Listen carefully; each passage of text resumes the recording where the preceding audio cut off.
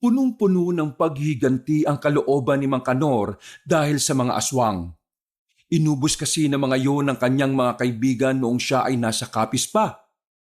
Nang magbalik siya sa nasabing probinsya, wala siyang ibang dala kundi ang mabigat niyang galit.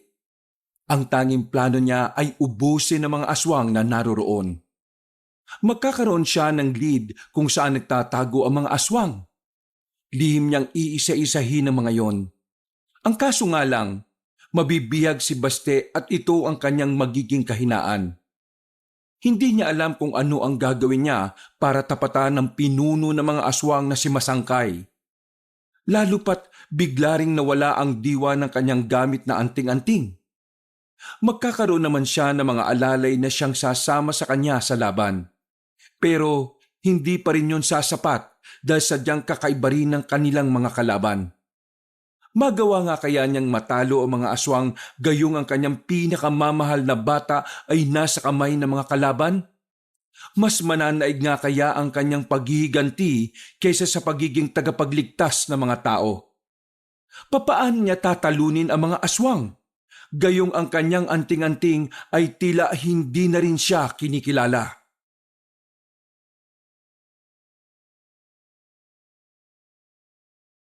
Hindi makapaniwala ang matandang si Mang Kanor sa nakikita niya sa malawak na bakuran.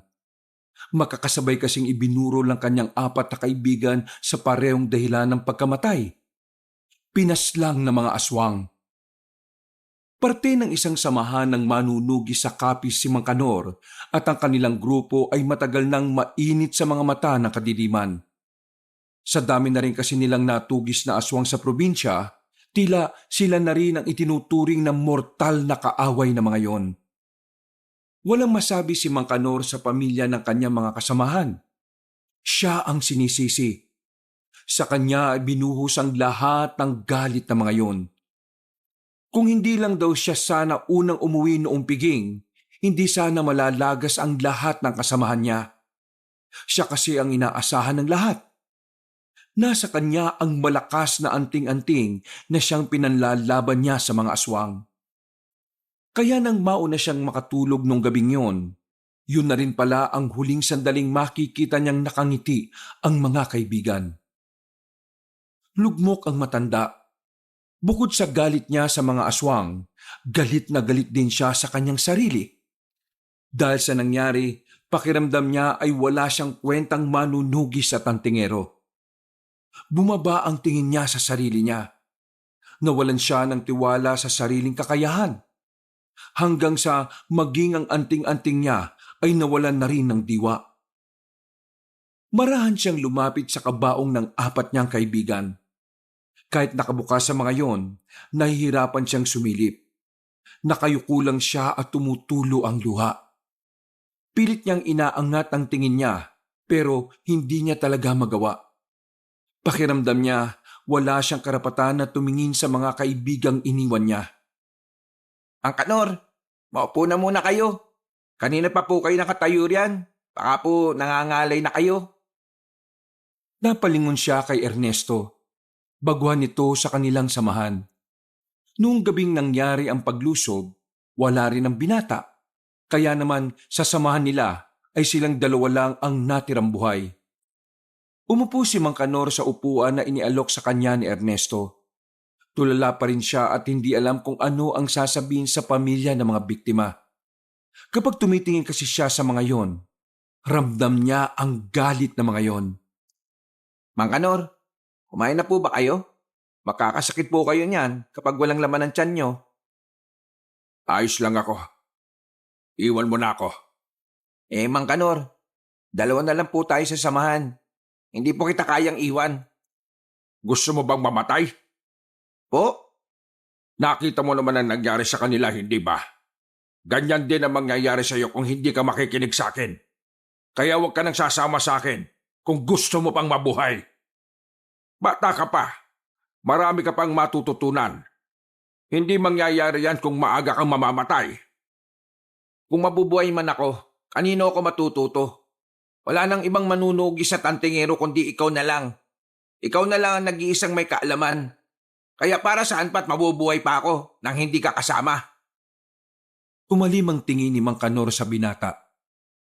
Halatang iritable na ito. Sa galit nito, hindi na nito naalala na nasa lamayan pa sila. Hinampas ni Mang Kanor ng malakas ang lamesa. Nagulat ang lahat.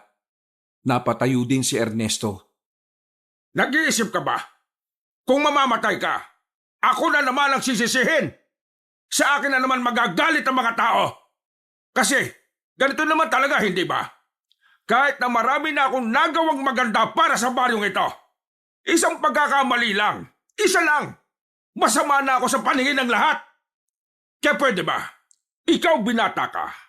Bagito ka pa kaya lumayo ka na sa akin. Hindi ko kailangan ng isang katulad mo na wala naman ako mapapala. Padabog na umalis ng bakura na matanda. Nasagi pa nito ang lamesa pero wala itong pakialam. Umuwi siya sa kanyang bahay. Kinuha niya ang kanyang sandata at dala ang anting-anting. Nilusob niya ang alam niyang kuta ng mga aswang. May naabutan siya roon pero mahihinang aswang lang. Pinagpapapatay niya yon. Pinira-piraso niya ang katawan. Brutal ang ginawa niya. Pero kahit na anong gawin niya sa mga yon, hindi pa rin nawawala ang galit sa puso niya. Gusto niyang magiganti. Gusto niyang patayin lahat ng aswang. Pero sa ilang araw na niyang paghahagilap sa buong kapis, hindi na niya makita si Masangkay, ang pinuno ng mga aswang na siyang pumaslang sa kanyang mga kasama at kaibigan. Makalipas ang isang buwan, nalaman ni Mang Kanor na may mga aswang na nagtungo sa Iloilo. Ang buong akala niya ay kasama roon si Masangkay. Kaya hindi na siya nagdalawang isip na tumungo roon. May dala siyang malaking pera na magagamit niya sa paninirahan doon. Naipon niya ang perang ito mula sa bayad sa kanyang serbisyo. Silang manunugis kasi, binabayaran sila ng mga mayayamang pamilya para pumatay ng aswang. Perwisyo rin kasi ang mga aswang sa mga negosyo, lalo na sa mga alagang hayop. Dakong 4:00 ng hapon, naghihintay na lamang ng tamang oras si Mang Kanor kung kailan aandar ang bus na sinasakyan niya. Maya-maya pa ay nakaidlip na siya. Nagising na lang siya na nasa terminal na siya ng Iloilo. Pinapatunog niya pa ang leeg pagkababa ng bus. Bit-bit ang mga gamit habang naglalakad papunta naman sa terminal ng mga tricycle. Napatigil siya nang maramdaman na tila may sumusunod sa kanya. Binagsak niya ang mga dala niya at nagsarado ang kamao. Nang maramdaman na lalapit na sa kanya ang tao, mabilis siyang humarap at kinuha ang kamay nito.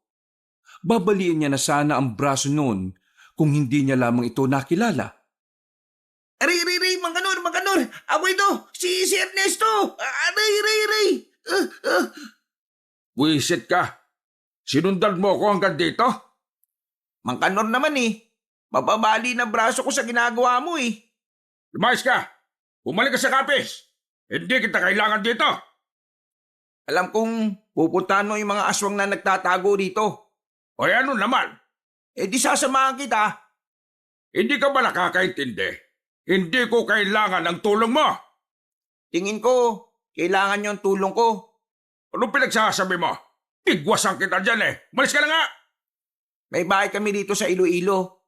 Bahay siya ng lola ko na hindi na natitiran. Tinambakan na lang ng mga gamit ng mga kapitbahay namin yung bakuran. Yung loob naman ng bahay, ayos pa yun. Nakakandado naman kasi, kaya hindi nila mapapakilaman. Kagagaling ko lang din doon nung nakaraang buwan. Kaya kung doon tayo titira, mas maganda, mas makakamura. Wala akong pakialam sa perang gagastusin ko. Kaya mahal o mura. Sige na, malis ka na. Sa sitio Marilaw ang bahay ng lola ko. Di ba, dito mo hinihinalang nagpunta si Masangkay? Baka mamaya maraming aswang dito. Kung sa akin ka titira, hindi ka na mahirapan. Napatigil si Mang Kanor. Nang marinig niya ang mga sinabi ni Ernesto, napagtanto niya bigla na magandang ideya ang inaalok sa kanya ng binata. Sigurado ka ba sa mga pinagsasasabi mo? Mang Kanor, iisa lang naman tayo ng source, kaya alam ko na alam mo na tama ang sinasabi ko. Kapag pumayag ka, hindi ka na mahirapan sa matutuluyan. Pagkatapos, hindi ka na rin lalayo ng baryo. Sa baryo mismo kung saan nakatirik ang bahay, doon na rin tayo maghahanap. Papayag ako sa gusto mo. Pero sa isang kondisyon, Ano namang kondisyon? wag na wag kang makikialam sa mga plano ko. Pwede ba yun? Nasa iisang samahan tayo eh. Wala na ang samahan. Sira na ang samahan mula ng maalagas na mga aswang ang mga kasama natin. Kaya kung gusto mong pumayag ako, wag kang pakialamero. Eh di sige, kung yan ang gusto mo, palag-palag na. Sabay na silang sumakay ng tricycle. Halos kalahating oras din ang biyahe. Napatagal sila dahil may ilang mga daan din ang medyo malubak pa. Pagdating nila sa bahay ng lola ni Ernesto, napakamot ang binata. Mas dumami na kasi ang tambak sa bakuran nila kahit hindi naman nila gamit ang mga yon. Bakit kasi pumayag kayo na tambakan ito nang hindi nyo naman kamag-anak? Eh kahit anong sabi mo sa kanila, hanggat walang nakatira dito, wala silang pakialam, pagtatambak pa rin sila. Subukan lang nilang magtambak ngayon nandito na ako. Ihahagis ko talaga sa kanila mga tambak nila. Uy, Mang Kanor, palma lang ah. Baka nakakalimutan mo. Hindi naman tayo taga dito. Kahit nga ako na kilala nila kalma lang ako eh. Matuto kang pumalag kapag inaabuso ka na. Ay nako, masyado ka pa talagang bagito. Bago sila pumasok sa bakuran, sinuyod na muna ni Mang Kanor ang buong paligid. Probinsyang-probinsya kasing uri ng pamumuhay roon. Ganon din naman sa kanila sa Capiz. Pero mas marami kasing kabahayan doon. Maya-maya lang din ay pumasok na sila roon at inisa-isang alisin ang mga gamit. Pinagbabalibag ni Mang Kanor ang mga gamit sa kabilang bakuran. Wala na itong pakialam kung magagalit ba ang may-ari ng mga yon. Dakong 9:00 ng gabi, natapos na rin sila sa paglilinis sa bakuran. Ganon din naman sa loob ng bahay. Nagkakape na lang sila noon habang nakatambay sa tapat. May napadaan na 2 binata na may dalang bola. Tinawag ng mga yon si Ernesto. Lumapit naman ito sandali at saka bumalik naman kaagad. Akala ko ba wala kang kilala rito? Sino yung mga yon? Si Tadeo at si Gabgab po. Nung elementary kasi ako noon, nagbakasyon ako dito kay Lola. Tapos, yung dalawang yun lagi yung kalaro ko. Hindi ko nga inakala na nakikilala pa rin nila ako eh. Wala ka na talagang ibang kilala rito? Si Mang Peting, kaibigan ni Lola. Kaso, 5 taon nang patay yun. Siya ang dating nangangalaga ng bahay na to. Yun lang. Tapos, wala na talaga. Humigop na muna ng kape si Mang Kanor. Lihim siyang natuwa dahil masarap palang magtimpla ang binatang si Ernesto. Habang nakatingin sa malayo ang binata, pasimple niyang tiningnan ito. Para kay Mang Kanor, malaki ang potensyal ni Ernesto na maging mahusay ring manunugi sa tantingero. Pero nababahala lang siya sa masyadong pagiging mabait ni Ernesto. Sa kanilang larangan kasi, ang mga bababait na tao ang madalas na nalilinlang. Kaya ito rin ang madalas na nauunang mamatay. Ernesto, bakit ka ba sumali sa samahan? Gusto ko kasing maging antingero. Gusto kong sundan yung yapak ng lolo ko. Ay, oo nga pala. Lolo mo nga pala si Feliciano. Ano ngang kinamatay ng lolo mo? Inatake po sa puso. Ba't ka natatawa? Masaya ka pang inatake sa puso ang lolo mo. Ay, sorry Mang Kanor. Natawa lang ako sa kung paano siya inatake. Ano ba kasing nangyari? Wag lang po kayong maingay sa iba ha. Hindi kasi talaga namin to ipinagkakalat kasi nakakahiya eh. Kaya inatake si Lolo kasi nanonood po siya ng Bold nung mag-isa lang siya sa bahay. Ano? Seryoso ba yan? Totoo po. Nang dumating kasi sila mama at papa, naabutan nilang ganon ng palabas sa TV. Tapos si Lolo nakahawak sa niya, tapos nanigas na. Malungkot ang nangyari sa kanya pero kapag iniisip namin ni Papa natatawa kami. May pagkamanyakis din kasi yung lolo ko na yun eh. Nako, malas niya. Bawal manyak sa langit. Buti sana kung tanggapin sa langit yun. Sa puntong yon, tila nabawasan kahit na papaano ang bigat na dinadala ni Mang Kanor. Napagtanto niya na ayos din naman palang kausap si Ernesto. Kahit kaunti ay may sense sa mga sinasabi nito. At kung minsan pa nga ay nakakatawa.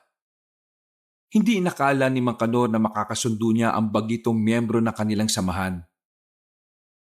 Ilang araw na silang nakatira sa bahay na yon at masasabi ni Mang Kanor na maayos naman ang pakikitungo nila sa isa't isa.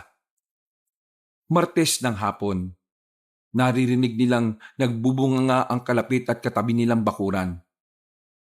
Naririnig mo ba yon? Sila ang mga tipo ng tao na kapag nasanay na ng abuso, gusto laging ganon. Kapag hinabla mo, magagalit kasi doon sila nasanay. Ganyan ang mga tao na hindi mo dapat sinasanay na abusuhin ka. Mang Kanor, hayaan na natin. Naibalik naman na natin yung mga gamit nila sa bakuran nila eh. At saka, ilang araw na rin naman tayo rito. Masasanay rin tayo.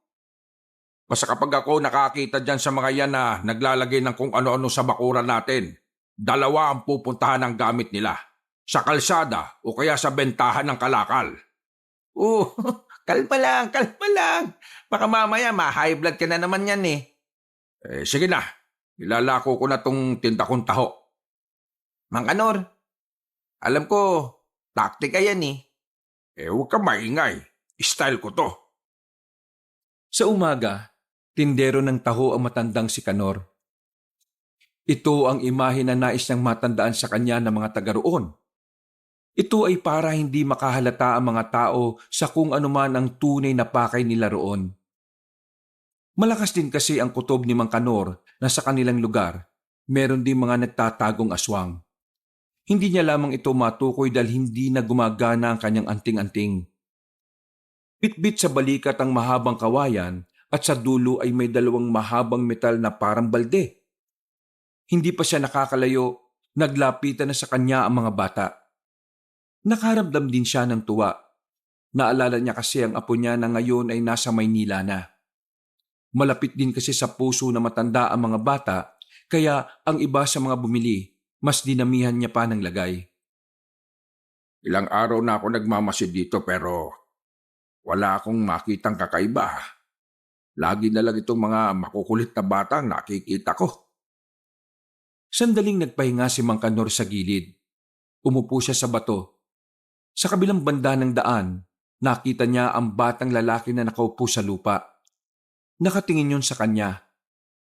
May kadungisan ng bata at parang naninigas na rin ang buhok. Naawa naman ang matanda kaya sinenyasan niyang lumapit yon.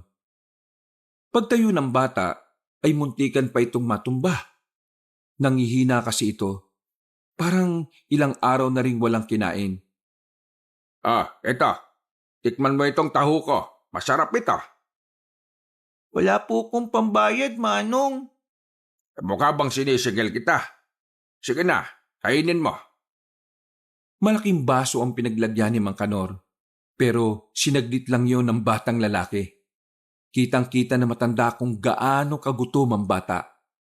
Napapailing na lamang si Mang Kanor, lalo na nang makita ang mga galos at pasa sa katawan. Ano ba nangyari sa'yo? Bakit ka ba may mga sugat? Gusto mo bang ibalik kita sa mga magulang mo? Nawawala ka ba? Wag po.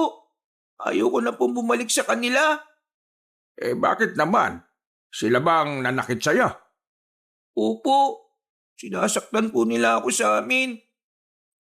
Tapos, nang magalit sa akin ng papa ko, gamit yung sasakyan niya, dinala niya ako dito at tinulak palabas. Ito nga po, pagaling na tong sugat ko na gumasgas po sa simento. Lihim na nagsarado ang kamao ni Mang Kanor.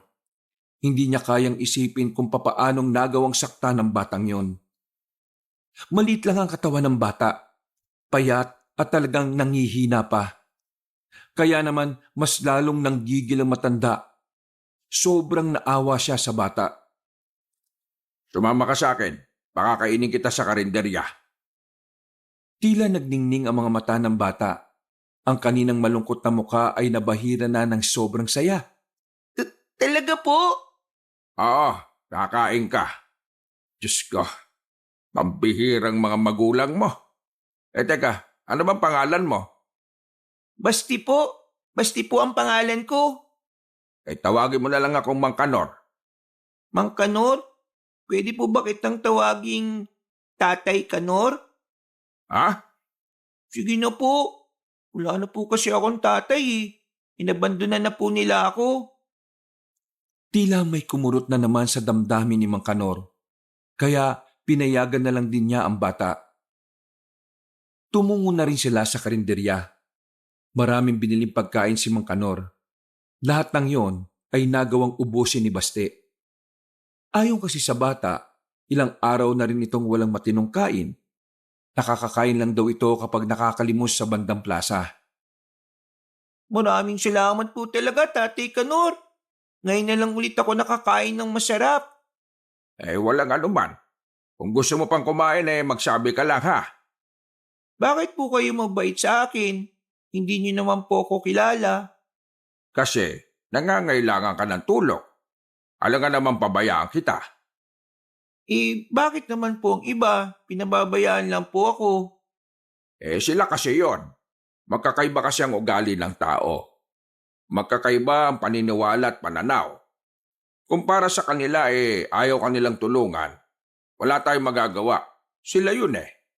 Ang mahalaga, may mga tao pa ring handang tumulong sa atin. Sana po kayo na lang ang naging papa ko.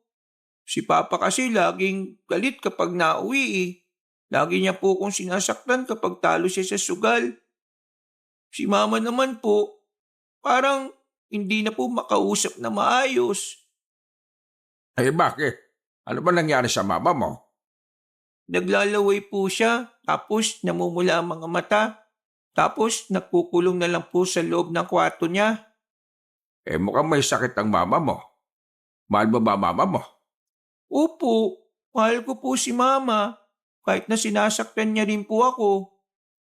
Kung mahal mo ang mama mo, gusto mo gamutin ko siya para sa'yo. Talaga po? Doktor kayo? Hindi. Pero may kilala ko na gagamot sa kanya.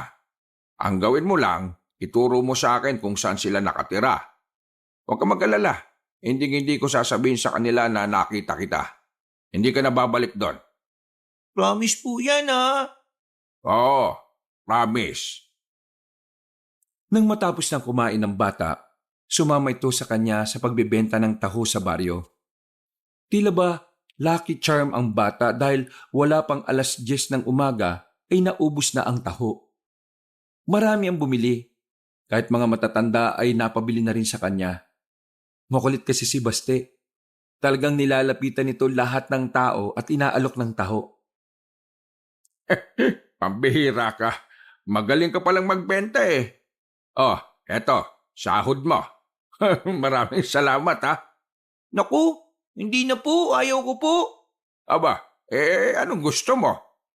Tatay Kanor, pwede po bang sumama na lang po ko sa inyo? Wala na po kasi talaga ako mapupuntahan eh. Sige na po, pagbigyan niyo na po ko. Kasi alam mo, nakikitira lang din ako. Sino po ba may-ari ng bahay? Magpapaalam po ko sa kanya. Sige na po, wala na po kasi talaga ako mapupuntahan eh. Parang awa niyo na po. Bumuntong hininga matanda. Kapag tumitingin siya sa mukha ng bata, hindi niya maiwasang hindi maawa. Masyadong malambot ang puso niya para sa mga paslit. Kaya naman, kahit hindi siya sigurado kung papayag si Ernesto, isinama niya pa rin pauwi ang batang si Baste. Nang makarating sila, nagulat si Ernesto nang makita si Baste. Pinapasok na muna ni Mang Kanor ang bata sa loob at saka sila nag-usap ng binata. Mang Kanor, sino yung batang yan? Nakita ko lang sa kalsada. Nakita mo lang sa kalsada tapos kinuha mo na kagad? Huwag ka mag-alala. Hindi naman aswang yung batang yan eh. Kahit na. Sinisigawan mo ba ako? Ay, hindi naman. Ang sa akin lang eh. Bakit to kinuha? Baka mamaya hanapin ng mga magulang yan. Makakasuhan ka pa ng kidnapping yan. Nakikita mo ba mga sugat sa katawan ng batang yan? Mga magulang niya ang may gawa niyan. Ang kwento niya, sinasaktan daw siya sa kanila. Tapos, itinapon siya dito sa kalsada dyan sa kabila. Ilang araw ng pag-alagala yan. Naawa naman ako. Kaya isinama ko na. Mang Kanor, wala naman akong problema sa bata kasi ikaw naman ang mag-aasikaso niyan eh. At saka, malaki naman ang bahay. Ang problema ko lang, papaano nga kung biglang may maganap sa batang yan? Anong sasabihin natin? Di babalik natin. Napakasimple lang naman yun eh. Mang Kanor unti-unti ka nang lumalambot Akala ko ba dapat maangas tayo? Sira ulo ka ba? Anong gagawin mo sa bata? Aangasan mo. Basta ikaw mag-aasikaso dyan Wala akong talent sa pag-aalagaan ng bata. Pero, Mang Kanor, hindi ba makakaabala ang bata sa misyon natin? Yun nga rin ang iniisip ko eh. Pero kasi, konsensya ko na rin hahayaan na lang yan sa lansangan. Lumapit na sa akin, kakayanin mo bang tisin ang ganyang bata? Sa bagay, may punto ka rin naman. Meron siyang binanggit tungkol sa nanay niya. Ang sabi niya, parang nag-iba daw ang mama niya. Naglalaway at namumula raw ang mga mata. Di sintomas ng nayanggaw yun. Oo. Kaya nga gusto ko sanang magpasama sa'yo. Pupuntahan natin ang babaeng yon. Susubukan kong gamutin. Malay mo kapag gumaling, siya na ang mag-alaga sa batang yan. Paano siya dito? Mag-isa lang yan. Ganun talaga. Ayaw mo namang alagaan eh. Nako, sasama na lang ako sa'yo, no? Pagkatapos nilang linisan ng bata, sinabihan nila itong huwag lalabas ng bahay. Nakaintindi naman ng bata kaya wala silang naging problema. Dakong 6:00 ng gabi, lumabas sila ng bahay. Pupuntahan na nila ang address na itinuro sa kanila ng bata. Ang Kanor, hindi kaya nanghihimasok tayo ng pamilya? Anong nanghihimasok? Gagawin natin to hindi dahil lang sa gusto ng bata. Gagawin natin ito dahil magiging aswang lang nanay niya. May connection pa rin sa misyon natin. Di sige. Yan ang sinabi mo eh. Wala naman akong problema basta ikaw ang nagsasabi. Nang makalabas na sila sa baryo ay agad silang nakapara ng kanilang masasakyan. Maaga pa naman kaya may dumadaan parong sasakyan. Ilang sandali lang nakarating na rin sila roon. Binaba sila sa tapat ng isang bahay na medyo may kalumaan na. Sa labas pa lang sila, naririnig na nila ang nagsasalitang lalaki sa loob. Tila may kaaway ito. Kaya naman, hindi na sila nagdalawang isip na pumasok na sa bakuran. Lumapit sila roon at nakasalubong pa nila ang lalaki sa pintuan. Natataranta, duguan ng kamay. Sa loob! Sa loob! May alibaw! Halos madapa-dapa pa ang lalaking yon sa pagmamadali. Pagpasok nila sa loob ng bahay, nakita nila ang ina ni Baste na naroon. Nasa sulok, duguan ng bibig. Namumula ang mga mata at mahahaba na ang mga kuko. Tuluyan na itong naging aswang. Nahuli na tayo ng dating, Mang Kanor. Anong gagawin natin sa kanya? Kailangan natin siyang paslangin. Baka makapambiktima pa ito ng tao. Hindi natin siya sasaktan. Ha? Ano? Gagawin ba natin siyang alaga? Hindi ko kayang paslangin ang natatanging tao na mahal ng bata. Pero hindi na yan tao eh.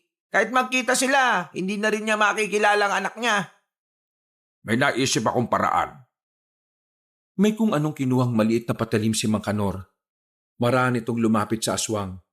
Mas lalo naman lumakas ang angil nito at parabang natatakot sa kanya. Huwag ka matakot. Wala akong gagawin sa iyo. Tutulungan ka namin makabalik sa dati para makasama mo na ang anak mo. Pero kahit na anong sabihin ni Mang Kanor, mukhang hindi na rin naman siya naiintindihan ng ina ni Baste. Ernesto, sa kabila ka.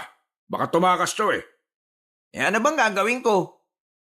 Miss, mahal na mahal ka ng anak mo.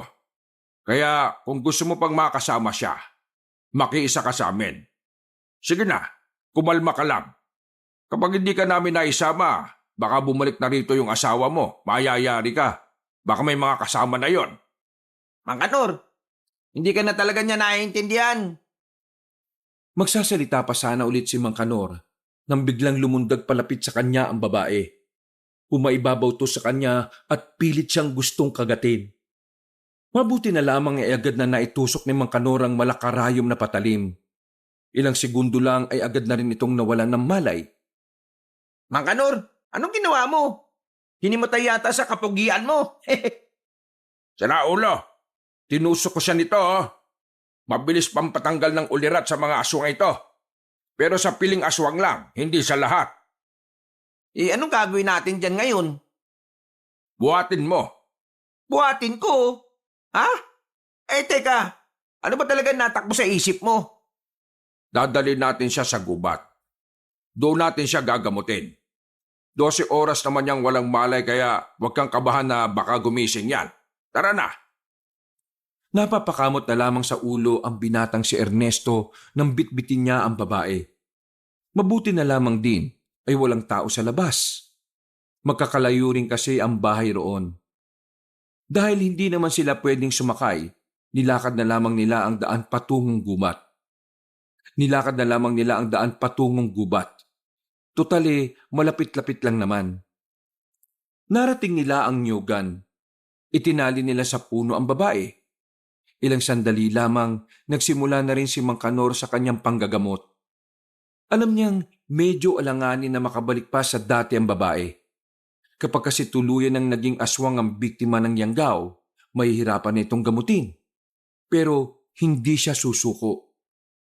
Kapag naiisip niya si Baste, mas lalo siyang nagkakaroon ng dahilan para maging positibo.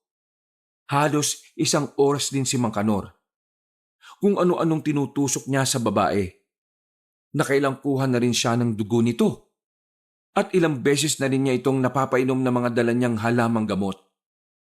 Pero wala pa rin siyang nakikitang magandang progreso. Bumuntong hininga siya. Tinanggap na lang niya ang kapalaran ng babae. Sabi ko naman kasi sa inyo malabo na yan . Hindi ko alam kung paano ko ito sasabihin sa bata. Mukhang yung bata lang ang magpapalambot sa'yo, Mang Kanor . May apo rin ako sa Maynila. Halos kasing edad niya. Naalala ko lang sa kanya ang apo ko. Maya-maya lang, nakaramdam sila ng kakaibang presensya sa paligid. Agad na hinila ni Mang Kanor ang binata papunta sa likuran ng punong nyog. Hindi siya pwedeng magkamali. Ang naririnig nila ay isang mabangis na aswang. Nang makita nilang dumating yon, hindi nila malaman kung anong uri ng aswang. Buong akala nila ay walang mangyayaring masama sa babae dahil aswang din naman ito. Pero nagulat sila nang biglang gumapang ang aswang palapit sa babae. Mabuti na lamang ay mabilis na nakaharang si Mang Kanor. Dinukot niya agad ng kanyang itak at saka tinaga ang aswang na yon. Pero parang wala lang nangyari. Dumistansya lang ito ng kaunti. Maya-maya ay lumusob na naman. Ernesto, sa likuran mo! Napatalon at napailag ang binata nang makita niya na meron na rin palang aswang malapit sa kanya. Hindi lang pala yun iisa. Hindi lang 2, kundi 4 na aswang ang nakapalibot sa kanila ngayon. Hindi sila nagpatinag kahit na mababangis ito kumpara sa iba. Agad nila itong nilabanan. Nagawa naman nila itong patayin. Pero nang mapalayo lang sila ng bahagya sa nakataling babae, may lumabas pang bagong mga aswang. Sinamantala agad ang mga aswang na makalapit doon. Pinaglalalapan nila ang ina ni Baste. Buwisit! Pinagtatatagan ni Mang Kanor ang mga yon at agad din namang namatay. Pero patay na rin ang babae. Lasog-lasog ang katawan. Hindi sila makapaniwala sa nangyari. Yun ang unang pagkakataon na nakakita sila ng mga aswang na kumain din ng kapwa aswang. Normal ba yung nasaksihan natin? Hindi. Ngayon lang din ako nakakita ng ganon. Baka kaya siguro nila kinain ng babaeng ito kasi bago lang itong naging aswang. May amoy pa rin ng isang tao. Ang bihira. Nasayang lang yung ginawa natin. Tapos ngayon, hindi pa natin alam kung paano sasabihin sa batang yun yung nangyari ngayon. Ililihim na lang natin sa kanya. Tara, wala nang aswang dito. Mga naligaw lang yan. Nagmamadali na silang makaalis doon. Tulala at malalim ang iniisip ni Mang Kanor. Dismayado siya sa nangyari. Yun din kasi ang unang pagkakataon na nakaramdam siya ng awa sa isang aswang. Nang makauwi na sila ng bahay, naabutan nilang tulog na si Baste. Hindi na muna sila pumasok. Nagkape na lamang muna sila sa labas. Bukas, balik na sa normal. Maglalako ulit ako ng taho para magmanman. Tapos ikaw naman, samahan mo na lang muna si Basti rito. Ang bihira naman. Akala ko ba ikaw ang bahala sa kanya? Di ako marunong mag-alaga ng bata, no? 10 taon na yan, hindi na yan aalagain. Kailangan may maiwan dito. Lalo na ngayon, mukhang napupukaw na natin ang atensyon ng mga taga rito. Baka mamaya alam na rin ng mga aswang na nandito tayo. Naku naman. Ano pa nga ba magagawa ko? Kinabukasan, daladala na naman ni Mang Kanor ang kanyang taho. Sa puntong ito, matumal ang bentahan. Ganun pa man, ipinagpatuloy pa rin niya ang pagtitinda ng taho. Maya-maya pa, napatigil siya sa tapat ng isang bakuran. Bigla na lang kasi siyang tinutuban ng masama. Pero hindi siya sigurado, kaya hindi siya nagpadalos-dalos. Kung gumagana lang sana ang anting-anting ko, madali ko sigurong malalaman kung aswang tong mga to o hindi Tumayo lang siya sa gilid. Nagkunwari siyang nagpapahinga, pero ang totoo, pasimple niyang sinisilip ang taong nasa loob ng bakuran. Nang mapatingin na rin sa kanya ang matandang babae roon, naglagay na siya ng taho sa baso. Lumapit siya sa matandang babae at kunwari itong aalokin. Ale, baka gusto po ninyo, taho. Wala pa akong ganong benta Salubong ang kilay na matandang babae. Tila hindi nito gusto ang ginawang paglapit ni Mang Kanor sa bakuran. Tiningnan pa nito mula ulo hanggang paa si Mang Kanor. Hindi ako kumakain ng taho. Umalis ka na. Kahit isang baso lang. Ayaw nyo? Ayun si ma'am, baka gusto niya. Inginuso pa ni Mang Kanor ang isang magandang babae sa loob. Tingin niya ay maglola ang dalawa. Hindi ka ba nakakaintindi? Hindi kami kumakain ng taho. Ay bakit po? Kailangan ko ba talagang ipaliwanag sa'yo? Sino ka ba? Si Kanor po, Ale. Umalis ka na dahil nakakaabala ka. Ilako mo na sa iba yung tinda mong taho. Ay, sige po. Maraming salamat po, pasensya na. Umalik na si Mang Kanor sa tinda niya. Siya na lang ang kumain ng taho at sandali pang nginitian ng nakasimangot na matanda. Binitbit na lamang niya paalis ang kanyang taho. Pero malakas talaga ang kanyang pakiramdam na may kakaiba sa matanda at sa dalaga. Kahit na hindi pa ubos ang taho, nagmamadali siyang bumalik sa kanilang bahay. Naabutan niyang nasa bakuran si Ernesto at si Baste. Oh, 9:00 pa lang Ubus na? Hinila ni Mang Kanor ang binata. Dinala niya ito sa likuran ng kanilang bahay at doon niya kinausap si Ernesto. May pinagginalaan akong aswang dito sa atin. Baka kilala rin nila si Masangkay. Teka. Saan Basta, ituturo ko sa iyo mamayang gabi. Maglola sila Pero iba talaga ang kutob ko sa kanila una pa lang. Sigurado ho kayo dyan? Mahirap pagkatiwalaan ng hinala, Mang Kanor. Wisit kasi ayaw gumana ng anting-anting ko Hirap na hirap tuloy ako ngayon. Ano ba kasing nangyari? Ewan ko. Bigla na lang nawalan ng diwa itong anting-anting ko. Nagsimula lang naman itong maging ganito nung mamatay ang mga kaibigan ko. Ano pong pinag-uusapan nyo? Parang nataranta ang dalawa nang marinig ang boses ng bata. Buti na lang ay hindi narinig ni Baste ang mga pinag-uusapan nila. Ayaw din naman kasi ni Mang Kanor na malaman ni Baste ang tungkol sa mga aswang. Wala. Nag-uusap lang kami tungkol sa kung papaano napanot si Mang Kanor. Balik ka na ron. Hindi ka makaka-relate dito kasi hindi ka pa naman panot Ate Kanor, pwede po ba ako humingi ng taho? Marami po. Ay, may oo naman. Sige, kunin mo yung balde. Doon mo ilagay para mas marami. Sige na, nag-uusap kami ng Kuya Ernesto mo. Napapailing na lamang ang dalawa na makalis na ang bata. Nagulat na lamang si Ernesto na makatanggap siya ng batok mula kay Mang Kanor. Aray ko naman! Pinagsasabi mong panot na ako. Panutin ko ang mukha mo eh. Siya nga pala. Humisi ka na maaga bukas ah. Ikaw ang kukuha ng tao sa supplier ko. Sa kabilang baryo lang naman kaya huwag ka na mag-inarte ha. Ano naman po ang gagawin mo? Magpupuyat kasi ako. Babantayan ko yung bahay ng maglola. Anip no? Nang nagpunta ka dito, sabi mo ayaw mong nakikialam ako sa plano mo. Ano to? Wala naman kasi akong aasahan na iba rito eh. Iba pa rin kapag may alalay. Sige na, bumalik na tayo. 5 araw ang nakalipas. Mas lalong binantayan ni Mang Kanor ang matanda at ang dalaga. Nalaman na rin niya kung ano ang pangalan ng dalawa. At ayon sa natanggap niyang info, bago pa lang din ang maglola sa baryong yon. 3:00 ng madaling araw, nakatanaw si Mang Kanor mula sa kanyang pinagtataguan. 5 araw na niya itong ginagawa. Lagi siyang nagmamanman sa tapat ng bahay na maglola. Pero wala naman siyang napapala. Ganun pa man, ay hindi pa rin siya sumusuko. Alam niyang hindi magkakamali ang hinala niya. Alam niyang may kakaiba sa maglola kaya hindi niya ito titigilan. Wisit na maglola to ah. Masyadong mailap. Hindi pa sila lumalabas ng bahay? Hawak-hawak niya ang itak na lagi niyang dala. Handa siya sa lahat ng lakad niya. Lalo na ngayong meron na siyang pinaghihinalaan. Tatayo na sana si Mang Kanor sa kanyang pinagtataguan nang biglang may dumating na 4 na lalaki. Bago pumasok, palingon-lingon pa ang mga kalalakihan sa paligid.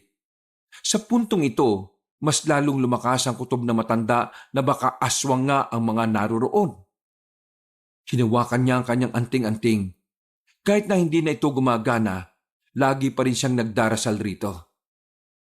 Alam kong naririnig mo ko. Gabayan mo sana ako. Pasimpleng lumapit si Mang Kanor sa bahay. Sa gilid siya dumaan dahil yun lang ang medyo madilim na parte. Nilagay na niya ang itim na tela sa kalahati ng mukha niya. Ibinaba na rin niya ang mahabang manggas niya para ihanda ang kanyang sarili. Kulang pa kayo ng 4 na tao. Hindi tayo pwedeng humarap sa pag-aalay kung hindi sapat ang dala natin. Mahiya naman kayo. Lola, ako na lang pong bahala sa kulang. Ikaw ang bahala? Hindi nga kita maasahan sa kahit na anong bagay eh. Napakahina mo. Paano ka makakahuli ng tao kung ganyan kakahina? Ikaw lang ang aswang na ganyan eh. Lola naman, hindi ko naman po kasalanan kung pinanganak akong hindi gaya ninyo.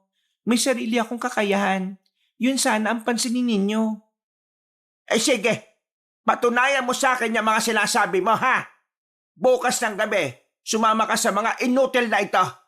Humuli ka ng 4 na tao at dalhin nyo kagad dito sa kuta natin. Masusunod po, Lola. Dito ka na humuli ng tao. Mas maganda sana kung bata para sariwa. Sa puntong yon ay kumpirmado na nga ni Mang Kanor na aswang ang mga naroroon. Pero sa halip na atakihin niya ang mga ito, ay pinigilan na muna niya ang kanyang sarili. May kailangan pa siyang malaman sa maglola. At yon ay kung nasaan ang pinuno ng mga aswang na si Masangkay. Biglang napalingon na matandang si Matina nang maramdaman ang kanyang presensya. Bago pa malaman ng matandang babae na naroon siya, nagmamadali na siyang umalis. Bumalik siya sa pinagtataguan niya nung una. Pagsilip niya, nasa bakuran na ang mga aswang. Tila hinahanap siya nito. Nakaalis naman ng ligtas si Mang Kanor. Medyo kinabahan siya sa parting yon. Bagay na hindi naman nangyayari sa kanya noon kapag nasa isang misyon siya. Nakahinga siya ng maluwag nang makabalik na siya sa bahay nila. Sakto naman nakagigising lang ni Ernesto ng mga sandaling yon. Ernesto, kumpirmado, aswang ang maglola. Aswang ang dalawang yun? Kung ganon, anong gagawin natin? May balak silang manguhan ng tao bukas ng gabi. Kailangan natin sila mapigilan. Gagawin nilang alay ang mga taong yon. Hindi na nakapagsalita pa ang binatang si Ernesto. Kahit na sabik na ito makasagupa ang aswang. dahil ito ang una niyang magiging spotlight. Hindi mawala sa kalooban niya ang mabahala. Halong-halong emosyon ang nararamdaman ng binata, habang si Mang Kanor naman ay puot at galit lang ang nagahari sa kanyang kalooban. Gustong-gusto niyang mapatay ang mga aswang, lalong-lalo na si Masangkay, ang pinuno ng mga aswang. Kinaumagahan, hindi mapakali ang dalawa. Kung ano-ano nang kinakalikot nila. Hinahanda nila ang mga gamit na gagamitin nila para sa pagdating ng gabi. Ano pong ginagawa nyo? Bakit po kayo may pana at saka itak? May kaaway po ba kayo? Baste, wala naman kaming kaaway. Ano kasi, may huhulihin kaming hayop sa gubat mamayang gabi. Kung hindi mo alam, ang tawag sa ganon, ang tawag doon pangangaso. Pangangaso? Manghuhuli kayo ng aso? Di po ba masama yun? Nako, bata ka pa talaga. Hindi naman aso ang uhulihin namin. Kahit na anong uri ng hayop, basta hindi aso, hindi rin pusa. Sa madaling salita, mababangis na hayop. Mababangis na hayop? Oo, mababangis na hayop. Nakakapirwisyo kasi sila sa mga tao. Kaya dapat silang mapuksa. Kaya ikaw, dito ka lang sa bahay mamayang gabi ha. Matulog ka ng maaga para pagbalik namin, meron kang masarap na pagkain. Talaga po? Sige po, matutulog po ako na maaga. Napailing na lamang ang matandang si Mang Kanor. Nakokonsensya sila sa ginagawa nilang panloloko kay Baste. Pero wala naman silang ibang magagawa. Hindi pwedeng mamulat agad si Baste sa mga bagay na alam nilang hindi pwede sa bata. Matapos mag-ayos ng mga gamit, kahit tanghali na ay nag-ikot-ikot pa rin ng taho si Mang Kanor. Sa pagkakataong ito, kasama na niya ang binatang si Ernesto. Ayos lang ba na kasama mo ko? Kaya mo naman buhatin yan Baka makahalata sila. Ano naman ang pakialam nila kung kasama kita? Di kung ayaw mong maghinala sila, di dalawa tayo magbuhat. Kahit mukha silang tanga sa pagbubuhat ng taho, hindi na nila yun inintindi pa. Rekta lakad na sila sa kinaroroonan ng bahay ng maglola. Nang makarating na sila roon, ay ibinaba na rin nila ang taho sa gilid. Natanaw nila agad ang babae na nasa loob ng bakuran. Napawaw na lang si Ernesto sa kagandahan ng dalaga. Mang Kanor, ano ang pangalan niyan? Sa pagkakaalam ko Alma. Tapos yung lola, Matina. Bakit? Huwag mong sabihin type mo yung babaeng yan ha. Ang ganda kasi. Sira ulo, aswang yan. Maganda lang yan ngayon. Pero kapag nagbago na yung anyo niyan ang pangit na yan. Nang mapalingon sa kanila ang babaeng si Alma, nagkunwari na lamang si Ernesto na nagtatawag ng taho. Taho! Taho kayo dyan! Taho! Taho! Sakto namang may dumaan na lalaki na bumili naman sa kanila. Hindi sila pinansin ni Alma, pero naroon pa rin sila sa tapat. Katakataka na sa mga sandaling yon ay hindi nila nakikita ang matandang si Matina. Ano bang gagawin natin dito? Magmamasid lang? Susubukan natin makasagap ng impormasyon. Baka mamaya dumating na naman yung mga lalaki. Bumuntong hininga na lamang ang lalaki. Halos 1 oras din silang nakatambay doon. At hindi na nila nakita pang lumabas ang dalagang si Alma. Kaya naman naisipan na rin ni Mang Kanor na lumapit. Iniwan niya si Ernesto sa tabi ng taho. Maingat siyang lumapit hanggang sa nakarating na siya sa una niyang napwestuhan. Maraan siyang sumilip sa loob ng bahay. Laking pagtataka niya nang makitang walang tao roon. Umikot pa siya sa kabilang bahay at tiningnan kung naroon pero wala talaga. Masama na ang kutob niya noong mga sandaling yon. Binilikan na rin niya ang binata. Palagay ni Mang Kanor, nakakakutob na rin ang dalaga. Kanina, gustong-gusto mong naroon tayo. Tapos ngayon, nagmamadali tayong umalis. Ikaw kaya magbuhat nito? Sabi mo pang arte. Makisama ka na lang dahil kung hindi, hindi na kita isasama sa misyon na ito. Habang naglalakad sila pabalik, nakasalubong naman nila ang matandang si Matina. Mabagal lamang ang paglalakad nito. Pinukulan sila ng tingin ng matanda na parabang naghihinala rin sa kanila. Binagalan din nila ang kanilang lakad. Sa sandaling nagkakatitigan si Mang Kanor at si Aling Matina, naramdaman na ng matandang lalaki na may iniisip na rin hindi maganda sa kanila ang ali. Yung matandang yon, malakas ang kutob ko na may koneksyon kay Masangkay yon. Tingin ko, nag-iinaala na siya sa'yo eh. Kaya nga dapat magawa natin ang maayos ang misyon natin mamayang gabi. Pipigilan natin sila. Bibihagin natin yung babae para mapaamin. Bumalik na rin sila sa kanilang tinitirhan. Dadalawa lang ang bumili ng taho sa kanila dahil anong oras na rin nun. Mabilis na lumipas sa mga oras. Sumapit na rin ang kinagabihan. Tahimik na agad ang paligid sa mga oras na yon kahit na 8:00 pa lang ng gabi. Matapos silang mapatulog ang batang si Baste, lumabas na rin sila ng bahay na nakatakip ang kalahating muka. Para silang mga ninja dahil nakasuot sila ng kulay itim na tela lahat. Pinuntahan nila agad ang bahay nila Aling Matina. Pero nagulat sila nang makitang wala ng tao roon. Sa mga pagkakataong ito, naisip na agad nila na baka mas maagang nagsimula ang mga aswang sa binabalak nila. Kaya naman nagmamadali na silang lumarga. Nilibot nila ang baryo dahil masyado itong malaki. Hindi naging madali para sa kanila na mahanap nila si Alma. Hindi na ba talaga nagaan ang anting-anting mo, Mang Kanor? Ang kulit mo. Kasasabi ko lang sa'yo kanina. Kung nagana lang to baka hindi na kita isinama. Ganyan lang ba talaga ang tingin mo sa akin? Isang kasangkapan kapag ikaw ay kinakapos?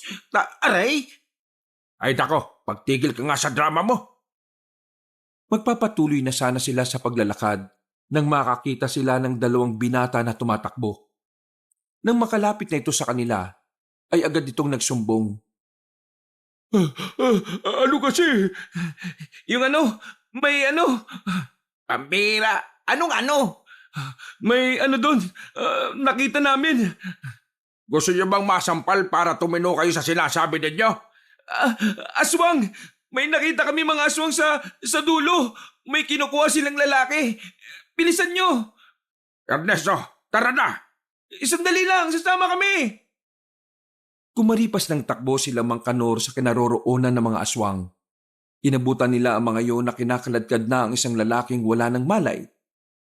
3 aswang lamang yon, kabilang na ang babaeng si Alma. Gulat na gulat ang dalaga nang makaharap sila nito. Hindi ko hayaan na magawa niyo mga balak ninyo! Mga salot ng libunan! Hinugot ni Mang Kanor ang kanyang itak. Ganon din si Ernesto. Tumabi naman ang magkaibigang Tadeo at Gab-Gab para panuorin ang mangyayari. Sinasabi ko na nga ba mga nagkukunwari lang kayo na tindero ng taho. Walang ano-ano ay lumusob na rin ang mga yon palapit sa kanila.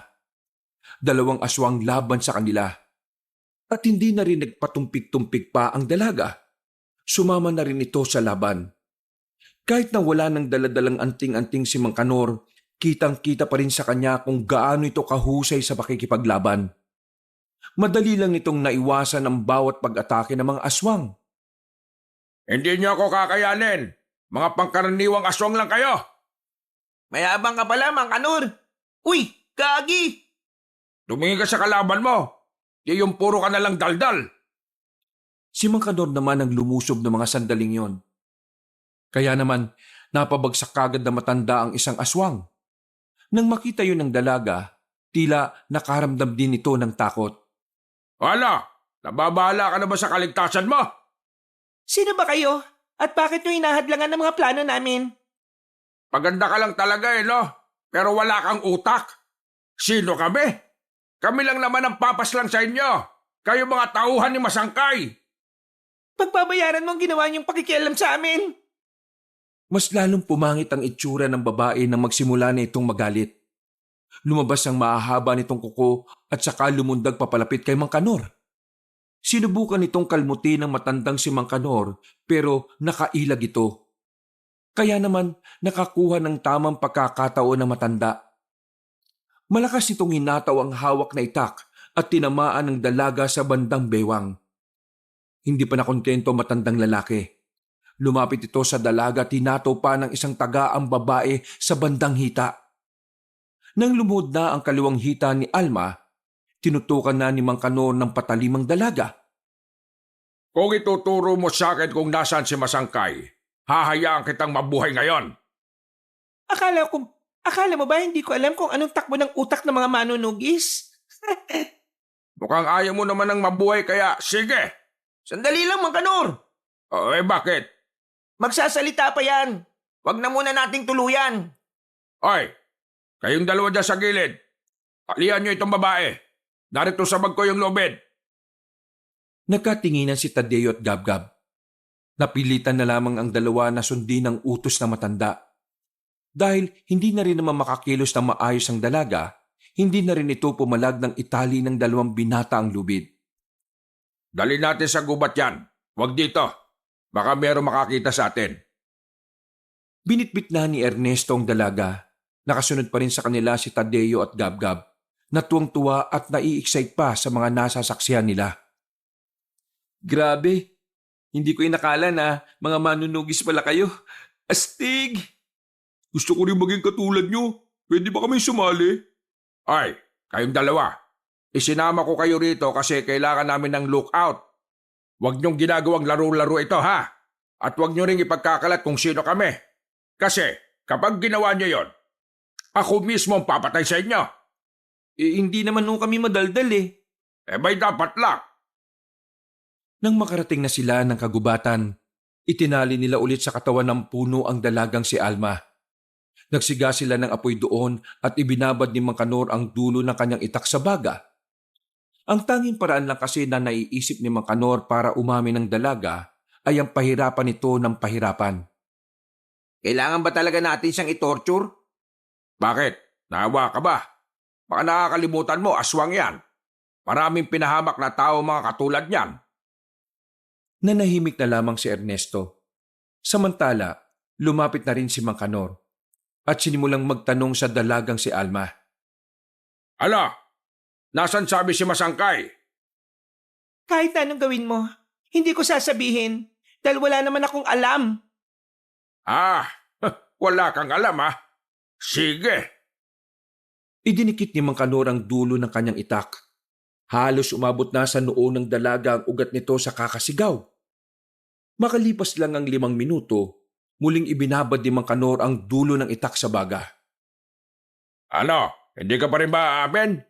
Sige, ipapalasap ko sa iyo kung gaano kasarap ang malapnos. Wala akong alam. Wala kahit na ano. At kahit may nalalaman ako, hindi ko rin naman sasabihin. Ganun ba? Ay wala namang problema sa akin. Ikaw naman ang masasaktan eh. Muling pinaso ni Mang Kanor ang balat ni Alma. Paulit-ulit niyang ginawa yon hanggang sa unti-unti nang humihina ang tinig ng dalaga. Kung hindi kita mapapaamin ngayon, abay wala akong magagawa kundi ang lola mo na lang ang pagbuntungan ko. Ernesto, bantayan niyo ang isang to ha. Hahanapin ko lang ang lola niya at yun na lang ang pahihirapan ko baka sakaling may mapiga ako. Wag! Wag si Lola! Nagmamakawa ko! Wag si Lola! Lola mo lang pala ang kahinaan mo eh. Sige, hindi ko sasaktan ng lola mo. Pero sasabihin mo sa akin kung nasaan ang pinuno ninyo. Sandaling nanahimik ang dalagang si Alma. Tila nagdadalawang isip pa ito. Pero kalaunan, nagdesisyon na lang din ito na magsalita. Kesa naman mapahamak ang kanyang pinakamamahal na lola. Ang huling sinabi sa akin ni Lola, nasa kapis pa rin si Masangkay. Matapos ang ginawa nilang paglusob sa mga antingero at manunugis. Nagtago lang sila sa pinakaliblib na gubat. Hindi ko alam kung saan. Ito lang ang alam ni Lola. Pero ang pagkakatanda ko, lalabas siya sa pinagtataguan niya sa katapusan. Kasi magkakaroon kami ng pag-aalay. Nasa kapis pa rin si Masangkay? Niloloko mo ba ako? Ilang beses na akong naghanap doon pero wala akong nakita. Kung hindi mo siya nakita, malamang ay hindi mo narating ang lugar na sinasabi ko. Alam mo ba kung saang lugar lilitaw si Masangkay? Hindi rin. Wala pang sinasabi sa amin. Ang alam ko lang, dadalo siya sa pag-aalay kasi siya ang pinuno namin. Huminga ng malalim si Mang Kanor. Nakikita niya sa mukha ng dalaga na nagsasabi naman ito ng totoo. Pero hindi niya lang talaga sigurado kung yun lang ang nalalaman nito. Pakawalan niyo ako. Nasabi ko ng lahat ng nalalaman ko. Bakawalan? Inuutosan mo ba ako? Sinabi ko na yung gusto niyong malaman. Bakit ayaw mo pa akong pakawalan? May sinabi ba akong pakakawalan kita kapag nagsalita ka? Wala naman, di ba? Napakatuso mong matanda ka. Mamatay ka na sana. Lahat ng kamag-anak mo, lahat ng taong mahalaga sa'yo, mamatay na sana silang lahat para mas lalo kang maging malungkot. Magiging miserable ang buhay mo. Sinusumpa ko na... Ha? Ikinagulat ni Ernesto ang ginawa ni Mang Kanor. Bigla na lamang kasing humataw ang itak sa leeg ng babae. Pagkatapos noon ay tuluyan ng nanahimik ang aswang. Nanlalaki ang mga mata ni Ernesto. Hindi niya inakala na ganun pala talaga kabrutal ang matanda. Wala na tayo mapapala dyan. Sunugin na yan. Ha? Sige. Nauna nang umalis ng kagubatan si Mang Kanor. Sumunod na rin ang 3 binata matapos maliyaba ng babaeng aswang na si Alma. Bago sila umuwi, nagpalit na muna sila ng damit. Tamang kapilang si Mang Kanor habang nasa bakuran sila. Sumama na rin si Tadeo at Gabgab. Kayong dalawa, gusto niyo ba talaga sumama sa mga lakad namin ni Ernesto? Hindi ba kayo natatakot mamatay? Tila nagningning ang mga mata ni Tadeo at Gabgab. Agad-agad na sumagot ang dalawa. Hindi na ako takot mamatay. Dapat patay na ako dati pero buhay ako ngayon. Kaya hindi na ako takot mamatay. Ako, gusto ko makatulong sa mga tao. Alam ko kasing may mga aswang talaga. Noon pa, nakikita ko na sila eh. Ang kaso, wala naman akong magawa dati kasi wala naman akong alam sa pakikipaglaban. O sige, bukas na bukas din. Tuturuan namin kayo ni Ernesto kung ano mga dapat niyong malaman. Sa susunod na araw, pupunta tayo ulit sa Kapis. Mang Kanor, may pabor sana akong hihingin sa inyo. Pwede bang dito na muna kami sa inyo?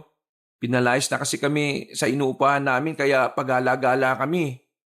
Huwag kayo sa akin magpaalam kay Ernesto. Mambira, bahay ampunan na yata itong bahay ng lola ko eh. Pero sige. Total makakasama na rin namin kayo sa misyon. Dito na lang din kayo. Ayos! Magkakaroon na rin ng kwenta ang buhay natin, Tadeo! Kinaumagahan, nabulabog sila nang makarinig ng malalakas na sigaw sa labas ng kanilang bahay. Sabay-sabay silang tumayo at nagtungo sa bakuran. Nakita nila sa labas ang isang matandang babae, si Aling Matina. Galit na galit itong nagsisigaw sa labas. Pagbabayaran mo ang ginawa mo sa apo ka! Pinapangako ko sa'yo! Pagbabayaran mo! Walang galang na, Ale. Ano bang sinasabi niyo?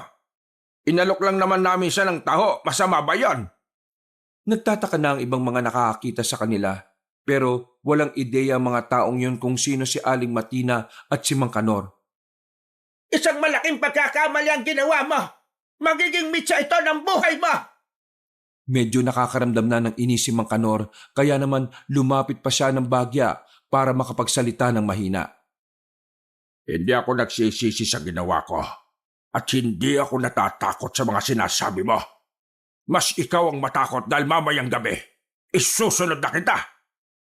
Masyadong mataas ang tingin mo sa sarili mo. Yan ang dahilan kung bakit mawawala ka ulit ng mga mahal mo sa buhay. Pinapangako ko sa iyo. Hindi ako papayag na mamamatay ako nang hindi nakakaganti sa iyo. Sinusumpa kita! Umalis ka na. Masyado ka nang nag-iiskandalo rito. Hintayin mo na lang akong pumunta mamaya sa bahay ninyo. Doon tayo magtaos. Hindi magiging masaya ang buhay mo. Tandaan mo ito! Mas malungkot ang buhay mo ngayon kasi wala ka ng apo. Tila umusok ng ilong na matandang babae sa galit nang maglakad na ito palayo. Napapailing na lamang na bumalik si Mang Kanor sa bakuran nila. Nakita niyang nagising din ang batang si Baste. Nagtataka kung ano ang nangyayari. Baste, yung matanda kasi may utang kay Tatay Kanor mo yun. Bumili kasi ng tao tapos ayaw magbayad. Ayun, nagalit kasi ayaw magpasingil. Bakit sabi ng matanda kay Tatay Kanor, gaganti siya? Ang ibig sabihin kasi nun, gaganti siya ng kabutihang loob. Bakit po mukhang galit siya? Hindi yung galit. Sobrang sayangahan niya eh. Huwag ka na nga magtanong. Pumasok na lang sa loob. Tara na nga. Isinama na lamang ni Ernesto ang bata sa loob at ipinagtimplan na lamang to ng gatas. Pagkatapos ay iniwan na muna ito ni Ernesto kay Tadeo at Gabgab. Mang Kanor, hindi kaya nakahalata yung mga tao sa pinag-usapan nyo kanina? Ano naman, aalis na rin naman tayo dito sa susunod na araw. Ihanda mo lang ang sarili mo mamayang gabi kasi isusunod na natin na matandang yon. Kahit na nangyari ang pambubulabog ng matanda, papayapa pa rin naman silang nag-agahan. Hindi na lamang nila inintindi yon. Pagsapit ng tanghali, sinimulan na nila ang pagsasanay. Hindi na sila lumayo. Sa bakuran na lamang nila yon ginawa. Wala na silang pakialam kung may mga dumadaan sa labas at nagtataka. Mabilis na lumipas sa mga oras. Kahit na papaano ay madali namang natuto si Tadeo at Gabgab. Nakatulong din kasi ang pagiging interesado ng dalawa sa pagiging manunugis. Habang nagpapahinga sila, biglang kinuha ni Mang Kanor ang kanyang anting-anting na nakasabit sa kanyang bewang. Kulay itim na rin ang kulay nito na dati ay kulay asul. Hanggang sa mga puntong ito, hindi niya pa rin maintindihan kung bakit bigla na lamang itong nawalan ng bisa. Aminado siya na mula nang hindi na niya nagagamit ang anting-anting, hindi na rin ganun kalakas ang loob niya sa pakikipaglaban. Kumbaga, pinipilit na lamang niya ang sarili na maging matatag, na dati ay kusa naman niyang nagagawa ng walang pag-aalinlangan. Bumuntong hininga na lamang si Mang Kanor, na siya namang napansin ni Ernesto kaya tinabihan siya nito. Iniisip mo pa rin ba yung anting-anting? Tumango si Mang Kanor at saka napangiti ng pilit. Siguro, iniwan na ako ng anting-anting ko kasi hindi na ako karapat-dapat. Kahit naman siguro sinong anting-anting magsasawa rin kung ganito ako. Napabayaan ko na mga kaibigan ko kaya sila namatay. Huwag mong sabihin yan, Mang Kanor. Nasisiguro ko na ibang dahilan kung bakit nawala ang diwa ng anting-anting mo. Sa ngayon, kailangan mo magtiwala sa sarili mo. Kasi ikaw lang din naman ang tinitingala namin eh. Maraming salamat. Buti na lang sumama ka sa akin. Hindi ko na siguro alam ang gagawin ko kung ako lang mag-isa. Hindi lang ako, Mang Kanor. May bago tayong kasama. Yang dalawang yan. Tumango at ngumiti lang si Tadeo at Gabgab. Pawis na pawis sa mga ito habang pinapapak ang suman kasama si Baste. Mang Kanor, ano nga palang gagawin natin kay Baste? Kung isasama natin sa kapis tapos iiwan lang din natin doon. Baka mapahamak naman yan doon. Kung dito naman natin iiwan, sino magbabantay dyan? Sa kapis natin siya iiwan. At kung ayos lang sa'yo, ikaw na muna magbantay sa kanya.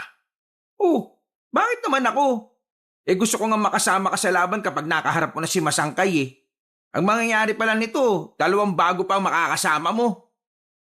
Kailangan ni Baste ng bantay na mahusay. Baguhan pa lamang si Tadeo at Gabgab. Hindi nila mapoprotektahan na maayos ang bata. Kung isama na lang kaya natin siya sa mga gagawin natin. Nasisira ka na ba ng ulo? Gusto mong makita niya kung papaano tayo pumatay? Nang aswang. Oo, wala naman sigurong problema. Bata pa si Baste. Kahit na anong makita niyang pagpatay, unang papasok sa utak niya ay masama yon. Naku naman Ikaw na nga bahala. Pero sige, susundin ko yung sinabi mo. Isang malalim na paghinga ang ginawa ni Ernesto. Laman ng buntong hininga na yon ng kanyang manghihinayang. Matagal na kasi niyang pangarap na makasama si Mang Kanor sa isang matinding laban, pero mukhang mapupurnada pa. Sumapit na ang gabi. Nang tahimik na ang paligid, dali-dali na silang tumungo sa bahay ni Aling Matina. Pero pagdating nila roon, wala nang tao sa bahay. Wala na rin ang mga gamit sa loob. Napailing na lamang si Mang Kanor dahil natakasan sila na matanda. Pero kinabahan si Mang Kanor nang mapagtanto niya ang isang bagay. Dali-dali itong tumakbo pabalik ng kanilang bahay para puntahan si Baste. Nang makarating sila roon, nakita nilang gising na ang bata. Iyak lang ito ng iyak. Oh, ano nangyari sa'yo? May matanda po kanina. Gusto niya pong lumapit sa akin pero hindi niya po magawa yun kaya umalis na lang siya. Ang pangit po ng mukha niya. Sobrang nakakatakot po siya, Tatay Kanor. Nakakatakot po sobra. Mang Kanor, ibinigay ko sa kanya yung pangontra ko kaya hindi siya nalapitan. Mukha kasing wala kang kahit na anong pangontra kahit na isi. Maraming salamat. Mukhang hindi na po talaga tayo titigilan ng aswang. Aswang? Aswang po yung matanda, Tatay Kanor. Napakamot na lamang sa ulo ang matanda. Tiningnan niya ng masama saglit si Tadeo. Napahawak naman sa bibig ang binata dahil nadulas ang bibig nito. Kung wala na tayong magagawa, kailangan na talaga nating sabihin sa kanya, Mang Kanor. Baste. Oo. Totoong aswang ang nakita mo. Marami sila. Kaya Bakit niyo po ko iniwan dito kung marami naman po palang aswang dito? Natatakot na po ako eh. Huwag niyo po kong iwan dito, Tatay Kanor. Parang awa niyo na po. Isama niyo na lang po ko. ay pambihira. Umiyak pa talaga. Nilapitan na ng binatang si Gabgab ang bata. Malapit ito sa mga bata. Kaya ito ang nagpaintindi kay Baste ng tungkol sa aswang. Baste, alam mo, delikado kasi kung sasama ka sa amin. Maraming aswang ang makakalaban namin. Mas lalo ka lang matatakot. Pero mas ayos na po yun sa akin. Ang mahalaga po, kasama ko po kayong lahat. Kesa naman dito, isang aswang lang pero wala po akong kasama. Mukhang may punto naman po yung bata. Wala po siyang kasama rito eh. Isama na lang natin. Ako na lang pong bahala magbitbit sa kanya at mag-alalay. Sinabi mo yan ha. Kapag itong si Baste napahamak, madadali ka sa akin. Nagkasundo naman sila noong mga sandaling yon. Tumahan na rin naman ang bata. Dahil alam na rin naman ni Baste ang tungkol sa mga aswang, sinabi na lang din nila kung sino sila. Makalipas ang ilang araw, hindi na sila nagsayang ng sandali. Umalis na rin sila sa Iloilo. Bumiyay sila pabalik ng Capiz. Gabi na nang makarating sila sa dating baryo na nagdulot ng masasamang ala-ala kay Mang Kanor. Habang nasa harap sila ng bahay ni Mang Kanor, napangiti na lamang ng mapaitang matanda. Hindi niya kasi inakala na babalik pa siya roon. Bago niya kasi lisanin ang bahay na yon, sinabi niya sa sarili na gusto na niyang kalimutan ang lahat ng masasakit na ala-ala. Kabilang nga rito ang tinitirhan niya. Medyo maayos at may kalakihan naman pala ang bahay niyo, Mang Kanor. Kay Mang Kanor lang yan. Yung bahay ko sa kabila pa. May itaas pa, tapos may baba. Malamang, may baba talaga. May itaas nga eh. Ayaw ko na sanang balikan to. Pero kailangan kong harapin ang mga bagay na ayaw ko na sanang maalala rito. Halika kayo, pumasok na tayo. Pagpasok nila sa loob, hindi maiwasan ng mga binata na mamangha. Sa sala pa lang kasi, nakasabit na roon ang iba't ibang uri ng katana, espada at itak. Parang mga batang namamangha sila Ernesto. Astig nito, Mang Kanor. Ginamit mo na ba lahat ng patalim na yan? Lahat yan ay ginamit ko na. Itong isang kulay itim, yan ang madalas kong gamitin. Yung iba, hindi ko na maalala kung saan ko nagamit. Pero itong isang medyo mahaba, ginamit ko yan nang kalabanin ko yung prinsipe ng mga gabunan noong araw. Grabe, ang astig mo pala talaga. Pwede ba naming hiramin yan? Ipapagamit ko talaga ang mga yan, lalo na't nalalapit na ang labanan. Malakas ang kutob ko na malapit na nating makaharap si Masangkay. May pagiganti ko na rin ang mga kaibigan ko. Habang abalang kumakain sila Ernesto sa loob, nagpaalam na muna si Mang Kanor para lumabas.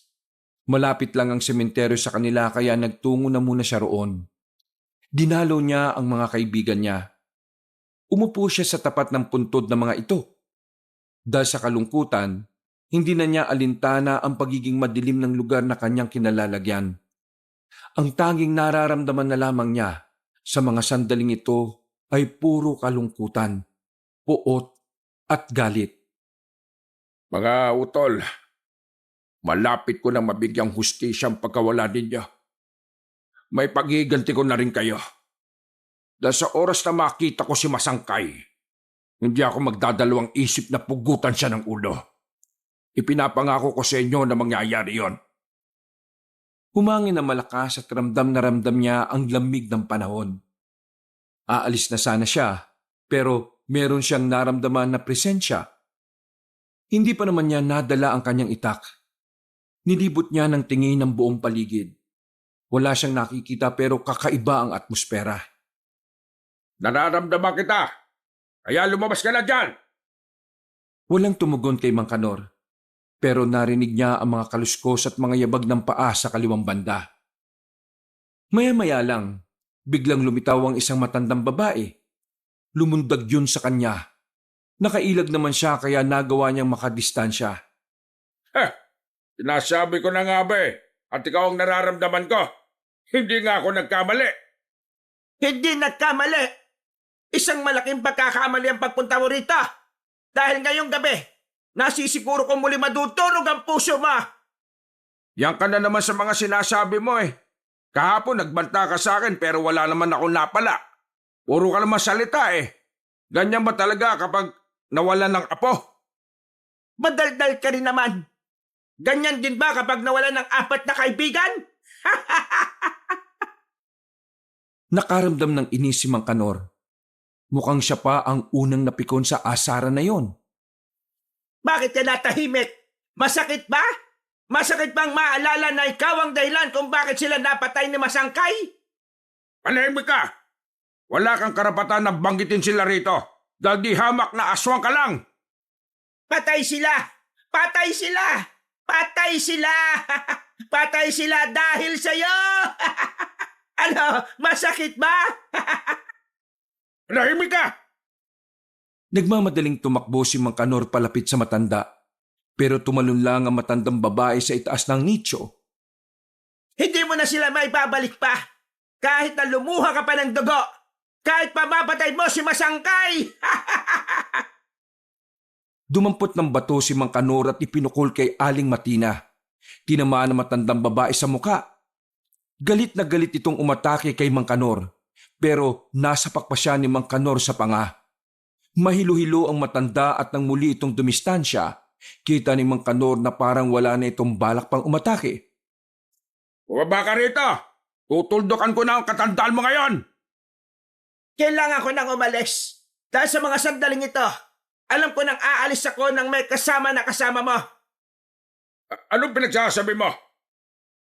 Tumatawa-tawa pa ang matandang babae nang umalis na ito. Ilang segundo lang, sakalang napagtanto ni Mang Kanor kung ano ang gustong sabihin ni Aling Matina. Kinabahan siya sa mga sandaling ito. Kaya naman, hindi na siya nagdalawang isip na tumakbo pabalik sa kanilang bahay. Nang makarating siya roon, inabutan niyang sugatan ng 3 binata at wala na roon ang batang si Baste. Ginulat nila kami. Dumating si Masangkay. Wala kaming nagawa. Kinuha niya si Baste. Anong sinabi mo? Wala kami nagawa, Mang Kanor. Malakas yung Masangkay Binalibag niya lang kami. Hindi nga rin po tumanab yung pangontra ni Baste. Pasensya na po. Wala po kaming nagawa. Ay, teka! Saan ka pupunta? Hindi pa nakakalayo mga yon. Hahabulin ko sila. Ito na ang tamang pagkakataon para mapatay ko siya at makapaghiganti ako. Hindi pwede! Anong hindi pwede? Masyadong malakas si Masangkay. Hindi ka uubra sa kanya. Lalo na ngayon na wala ka namang dalang anting-anting na gumagana. Wala akong pakialam. Ang mahalaga sa akin ay mapatay ko siya. Kailangan kong makaganti sa kanya. Naririnig mo ba sarili mo? Hindi ako bingi. Pero ang puso mo, binging-bingi na dyan sa galit mo.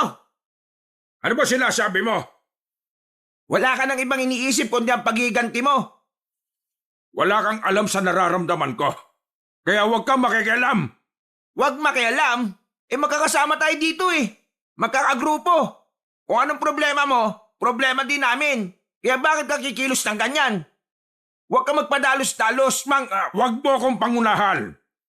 Ang pinaka-mission ko ay mapatay si Masangkay para matigil na rin itong nararamdaman ko. Napaka makasarili mo. Ano? Dinukot nila si Baste. Kasasabi lang namin.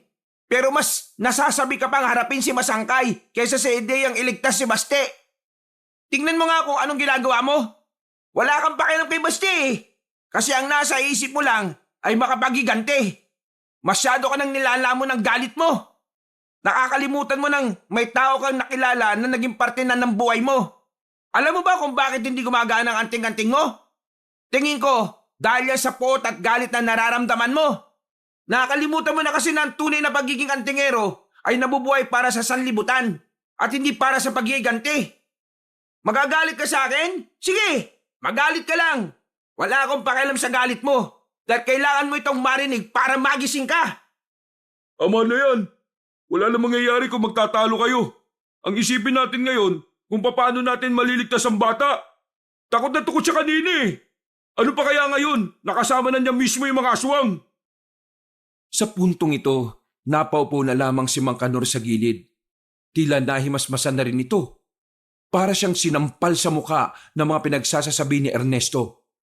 Hindi na niya naiwasang mapaluha. Maging siya ay naiinis na rin sa sarili niya. Maya ka lang muna. Kapag tapos ka na, saka natin pag-usapan kung paano natin ililigtas si Baste. Halos 10 minuto ring naglabas ng sama ng loob si Mang Kanor. Maya-maya lang din ay humarap na rin ito kina Ernesto. Pumasok sila sa loob at saka pinag-usapan ang mga bagay-bagay. Ang Kanor, ikaw lang talaga pakay nila. Hindi nila kami ginalaw masyado dahil wala naman silang mapapala sa amin. Pero sa'yo, meron. May sinabi kanina yung Masangkay. Ang sabi niya, kailangan niyang makuha yung dugong berde.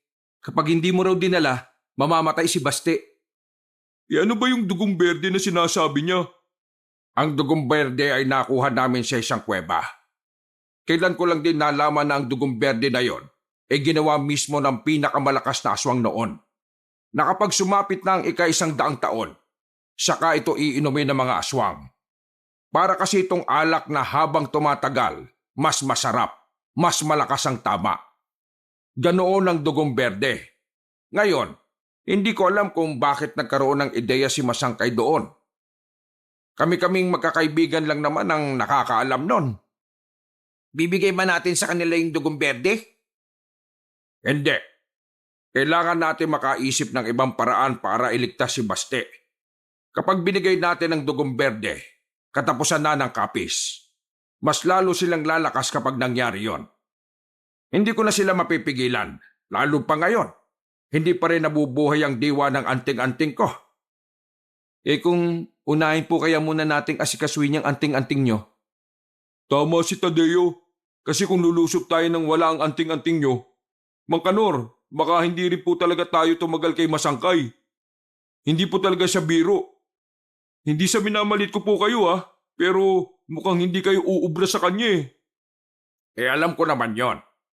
Ngayon, ang iniisip ko lang naman ay kung papaano bubuhayin ang diwa ng anting-anting.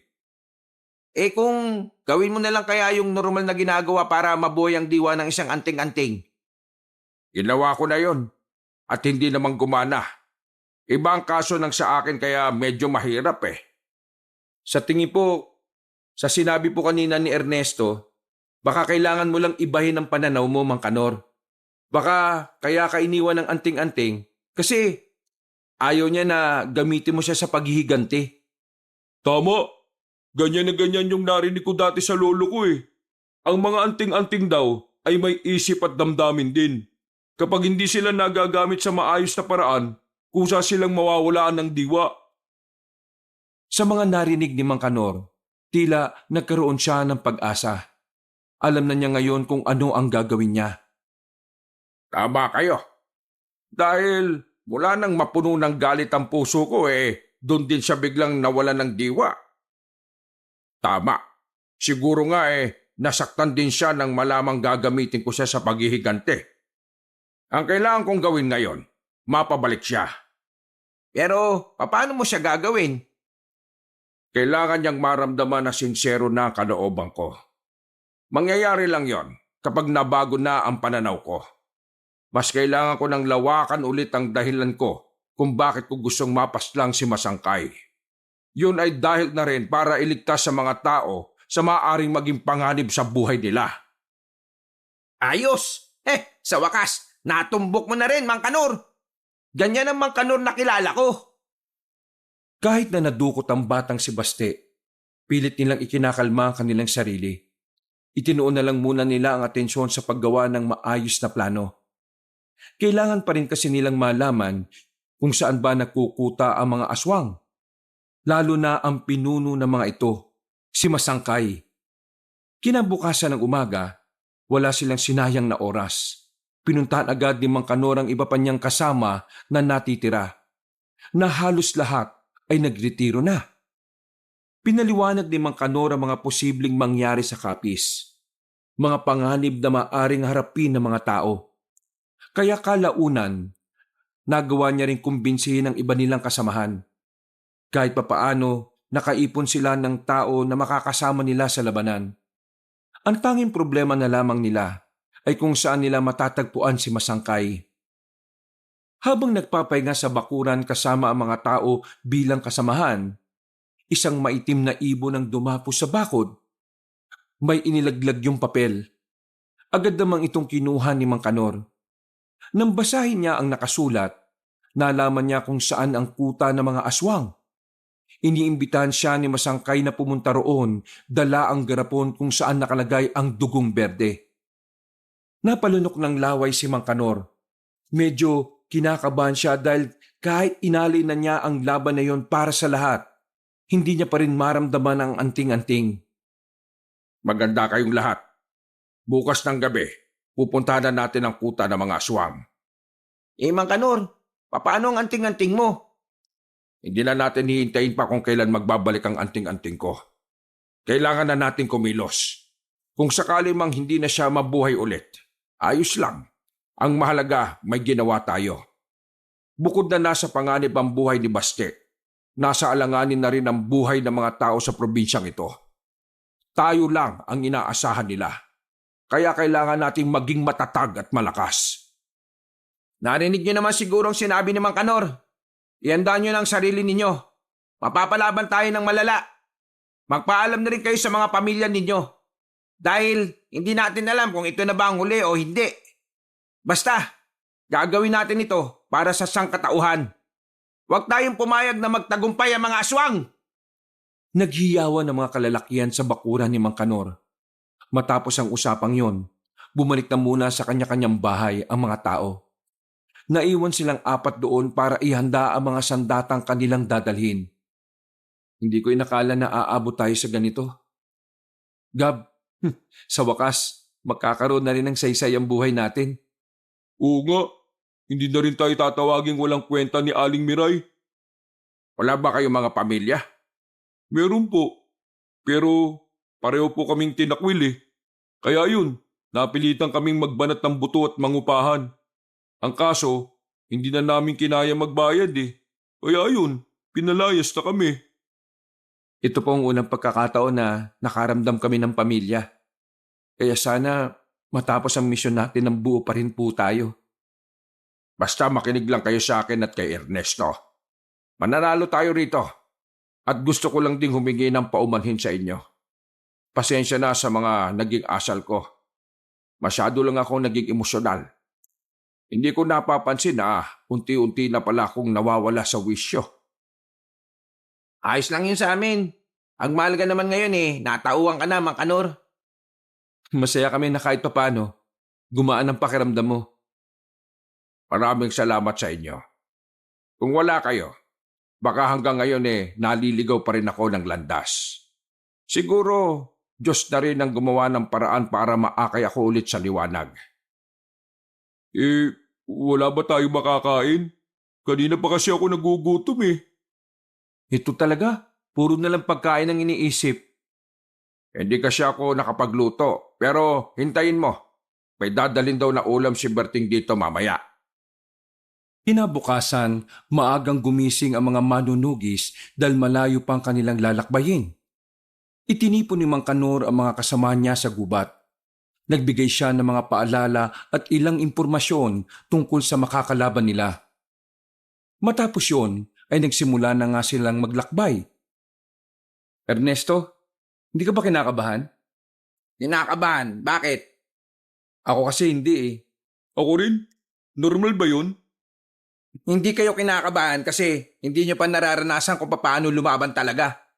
Huwag kayo masyadong excited. Tandaan nyo, hindi to laro. Buhay natin na nakasalalay rito.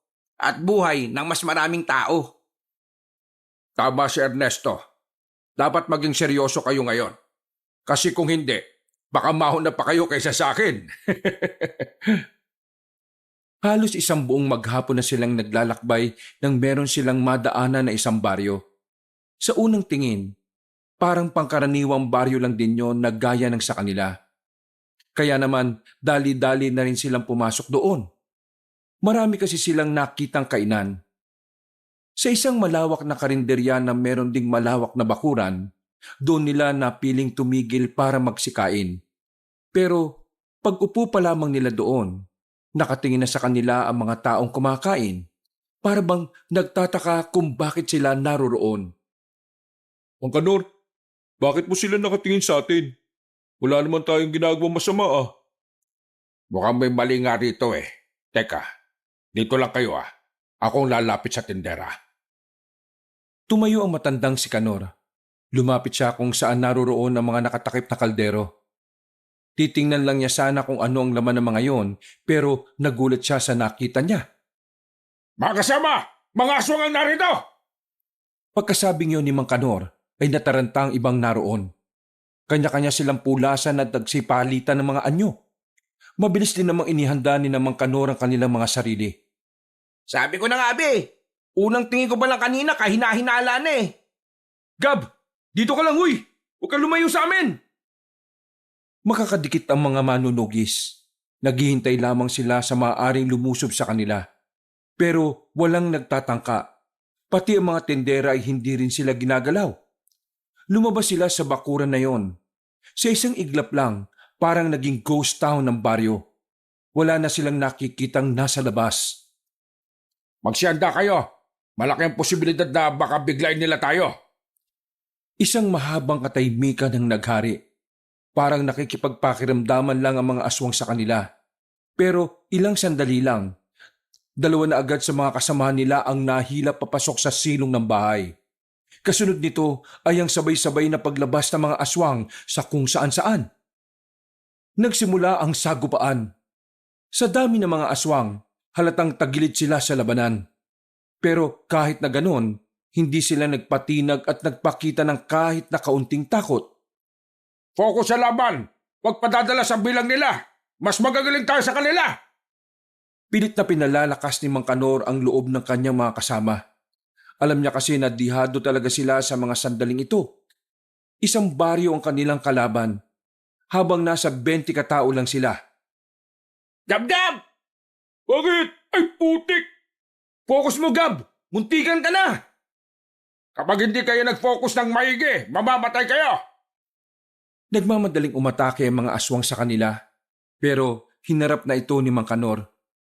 Kahit wala itong anting-anting na dala, kitang-kita pa rin talaga ang kagalingan na matanda. 5 ang kumakalaban kay Mang Kanor ng sabay-sabay, pero hindi siya magawang sugatan ng mga aswang. Nang makita ng mga kasama niya kung paano siya lumaban, lalong nagkaroon ng moral ang mga manunugis. Mas sumigla silang lahat. Nagulat ang mga aswang sa biglang pagbabago ng laban. Tila pumabor na sa mga manunugis ang ihip ng hangin. Mga pangkaraniwang aswang lang yan. Huwag kayo matatakot sa kanila. Lusob! Talsikan ng mga dugok sa kung saan-saan. Nakuha na rin nila sa wakas ang tamang forma para walang makalapit na aswang sa kanila. Makalipas nga lang ng halos 10 minuto, tila nagkakaroon na nga ng pag-aalinlangan na umatake ang mga aswang. Parang nagkaroon ng takot ang mga yon nang makitang nakahandusay na ang marami sa mga kasamahan nila. Sumuko na kayo! Mamamatay rin naman kayo kung itutuloy niyo pa ang laban na ito! Sa halip na sumuko, nagpakita ng galit ang mga aswang sa pamamagitan ng malalakas na pag-angil. Kahit kakaunti na lang ang kanilang bilang, hindi nagdalawang isip ang mga yon. Tila mga halimaw sila na ang tanging alam lang ay pumaslang ng tao. Muling lumusob ang mga natitirang aswang. At dahil parang hindi naman nag-iisip ang mga yon, madali silang napaslang ng mga manunugis. Kaya sa huli, wala na ring natira sa kanila. Kumusta ang lahat? Wala namang ganong seryosong galo sa mga kasama natin. Pero may dalawang nabawas sa atin na hindi natin alam kung nasaan. Si Berting at Roberto. Libutin ang buong baryo kung meron pang natitirang aswang. Pasukin din ang mga bahay. At lahat ng makikita nyo may kinalaman sa pinuno ng aswang. Sabihin nyo kaagad sa akin, ha? Mabilis silang kumalat sa buong baryo. Lahat nga ng bahay ay kanilang pinapasok. Pagpasok ni Mang Kanor sa isang bahay na nasa tapat niya, nakita niya agad ang larawan ni Masangkay na nakadikit sa pader. Sa tingin na matanda, talagang sinasamba ng mga aswang si Masangkay. Bukod pa roon, nakakita rin si Mang Kanor ng mga listahan ng taong nakapila sa pag-aalay. Mukhang halos lahat ng aswang ay kailangan merong ialay, ah. Mukhang kailangan na talagang makarating kami kagad bago mag-umaga. Paglabas ni Mang Kanor ay tapos na rin ang paghahalughog ng mga manunugis. Halos pare-pareho lang naman sila ng mga nakita sa bawat kabahayan. Kaya wala naman silang nakuhang bagong impormasyon. Mga kasama, kailangan bago mag-alas-tres ng madaling araw marating na natin ang kuta nila. Magsisimula ang pag-aalay ng alas-tres. Hindi tayo pwedeng mahuli. Nasa panganib din ang buhay ni Baste. Kaya sana ay mas bilisan pa natin. Napabuntong hininga na lamang si Mang Kanor. Mas lalong nadagdagan ng pag-aalala ng matandang lalaki sa batang si Baste. Kahit na kailan niya lang naman nakilala ang bata, hindi niya may tatanggi na parang apo o anak na rin niya itong itinuring. Hindi niya kakayanin sakaling may mangyaring masama sa bata. Sinimulan na nilang maglakbay ulit. Ayon kay Mang Kanor, malapit-lapit na lang din naman sila. Kaya naman, doble ingat na ang kanilang ginagawa. Bawat lugar na madadaanan nila, talagang mas kinaklaro nila kung may kalaban o wala. Mang Kanor, ayos ka lang ba? Kanina ko ba napapansin na sobrang tahimik mo na eh. Naalala ko lang kasi si Baste. Iniisip ko kung ayos lang ba siya ron. Nag-aalala ko na baka hindi pa siya kumakain. Pabilis pa naman magutom ang batang yon. Pagdasal na lang natin na sana ayos lang siya. Sigurado naman na pinakikinggan tayo ng Panginoon. Sana nga. Sana nga ayos lang siya. Makalipas lang ang halos 2 oras, nakarating na rin sila sa lugar kung saan naroroon ang pinakakuta ng mga aswang. Mula sa malayo, nakatanaw lamang sila sa maliwanag na baryo. Sandali na muna silang nagmasid-masid sa lugar nila. Ito na yon. Ito na ang baryo kung saan naroon si Masangkay. Ihandaan niyo ang mga sarili ninyo. Mahati tayo sa 2 grupo. Ikaw, Ernesto, ikaw ang magiging leader ng silang na grupo. Ikaw, Tadeo at Gabgab, sumama kayong 2 sa amin. Ihandaan niyo ang mga kwitis. Sisindihan natin to kapag nakita na natin ang pinuno ng mga aswang. Tumangot-tango lang si Ernesto. Maya-maya lang din ay naghiwalay na rin sila ng landas. Maingat silang lumapit sa baryo ng mga aswang. Pinakiramdaman na muna ni Mang Kanor ang paligid. Ayon sa nakikita niya, pangkaraniwang aswang lang din naman ang naroroon. Pero hindi pa rin siya naging kampante. Lalo pat hindi niya pa rin nasisipat kung naroon ba si Aling Matina. Para kasi sa kanya, hindi pangkaraniwang aswang ang matanda. Anong gagawin natin, Mang Kanor? Doon sa parting yon, kailangan natin makarating doon. Malakas ang kutob ko na doon tinago ang mga bihag. Oh, di ba? Tama ako? Narinig nila ang mga sigawan ng mga taong naroroon. Marami sa mga yon ay umiiyak at parang mga nagmamakaawa. Dahil doon, sinamantala na nila ang pagkakataon na wala pang gaanong aswang sa daraanan nila. Isa pa, madilim din naman sa parting yon. Matagumpay naman silang nakalapit. Maya-maya lang, nakasilip na rin sila roon. Nakita rin ni Mang Kanor ang batang si Baste sa isang sulok. Takot na takot at madungis ang buong katawan.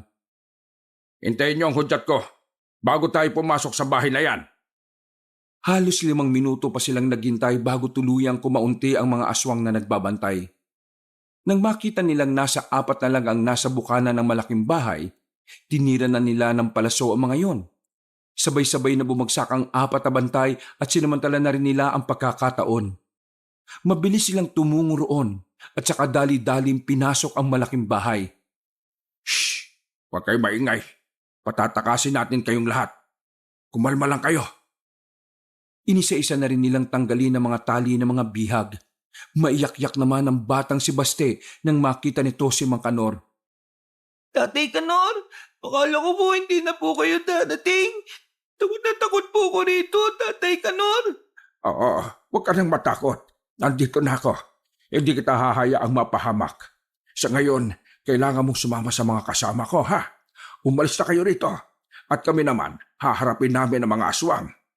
Tatay Kanor, baka po mapahamak po kayo, mag-iingat po kayo. Huwag mo akong intindihin. Mas mahalaga sa akin ang kaligtasan mo. Sige na, sumama ka na sa kanila at aalis na kayo. Magkita na lang tayo sa bahay, ha? Dali-dali nang inilabas ng mga kasamahan ni Mang Kanor ang mga bihag kasama si Baste. Ang naiwan na lamang doon ay silang tatlo ni Tadeo at Gabgab.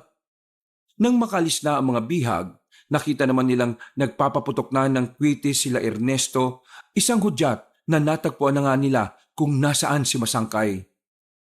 Kasunod ng kwitis, tumunog na rin ng malakas ang kampana ng mga aswang. At sa isang iglap lang, nabulabog ang mga aswang. Agad na hinanap nila Mang Kanor sila Ernesto. Inabutan nila ang mga yon na nasa kalagitnaan na ng labanan. Buti dumating ka na. Nakita na namin si Masangkay. Pero hindi kami makalapit eh. Ang daming bantay. Unahin na muna natin itong mga nandito. Focus na maayos sa laban, ha? Habang nagkakagulo sila, si Masangkay na mismo ang lumitaw. Nakatayo ito sa itaas ng bubungan kasama matandang si Aling Matina. Kanor! Long time no see, ah! Ngayon na lang kita ulit nakita kasi masyado ka yatang nababaliw dahil sa pagkamatay ng 4 mong kaibigan eh. Huwag ka magalala. Hindi ko naman sila pinahirapan. Pinatay ko na sila kagad. Wala akong pakialam sa sila, sabi ba? Bumaba ka dyan at magtos tayo! Kanor! Hawak ko ang buhay ng pinakamamahal mong bata. Kung hindi mo ibibigay sa akin ng dugong berde, papatayin ko ang batang yon. Ulo, kayabang mo.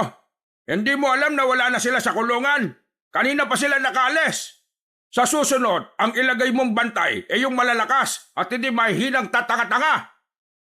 Sa sinabing yon ni Mang Kanor, nakita nilang tila na asar si Masangkay. Atina, ano pang ginagawa mo? Patayin niyo na mga yan! Mga kasama, Lusab, walang ititira kahit na isa sa kanila. Muling nagsimula ang labanan, pero si Mang Kanor nanatili lang na nakatayo. Nakatingin lang siya kay Masangkay. Ernesto, Tadeo, Gabgab, kayo lang bahala kay Matina. Ako lang bahala rito kay Masangkay. Sige, wag mo na kami intindihin. Kami nang bahala sa matandang ito. Naglakad ng kaunti si Mang Kanor. Huminga siya ng malalim habang nakatingin sa nakangiting si Masangkay. Wala kang aasahan na dugong berde sa akin. Hindi ko yun dinala kaya maligas ka. Kung ganon, ang mga kasama mo na lang ang papaslangin ko. Ipaparamdam ko sa iyo sa ikalawang pagkakataon. Magsisisi ka kasi namatay sila. Masyado ka ng maraming satsat. Simulan na natin ito.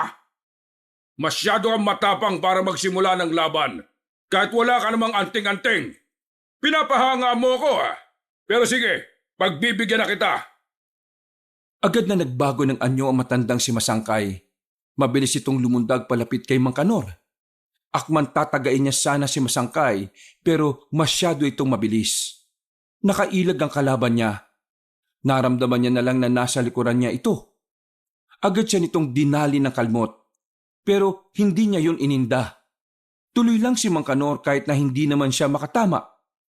Nakakabagot kang kalabang, Kanor. Hindi mo lang ako napapagod eh. Sinuntok siya ng malakas ni Masangkay. Tumalsik si Mang Kanor at sumadsad pa sa lupa. Naramdaman niya ang pananakit ng kanyang likod kaya hindi kagad siya makabangon. Mang Kanor!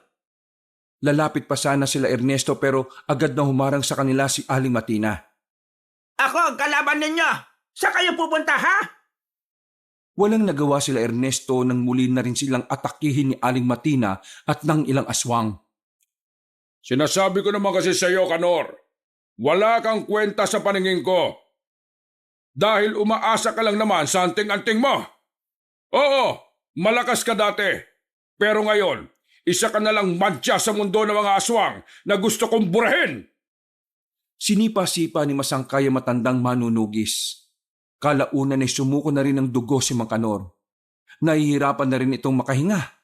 Pero kahit na ganon, pinilit pa rin itong makatayo. Anong tingin mo sa akin? Susuko na lang basta porque wala akong anting-anting? Heh, nahihibang ka na yata. Lalaban ako hanggang kamatayan. Isusugal ko ang buhay ko para sa mga kaibigan kong pinaslang mo. Para sa mga bilihag mo. Sa lahat ng kasama ko rito at para sa lahat ng mga tao sa probinsyang ito. Sumugod si Mang Kanor kahit na iika-ika na siyang maglakad. Sinubukan niya ulit na tagain si Masangkay. Pero hinawakan lang ng aswang ang kanyang itak gamit lang ng isang kamay. Nanlalaki ang mga mata ni Mang Kanor, lalo na nang baliin lang ni Masangkay ang kanyang sandata. Kung dinala mo sana ang dugong berde at ibinigay mo sa akin, edi sana medyo tumagal pa ang buhay mo.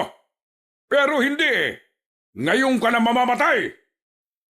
Akmang sasaksakin na ni Masangkay si Mang Kanor gamit ang matatalim nitong kuko, nang biglang nagliwanag ang bandang bewang ni Mang Kanor.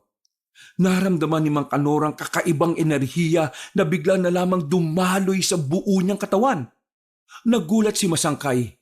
Nanlalaki ang mga mata nito. Ha! Pasensya ka na.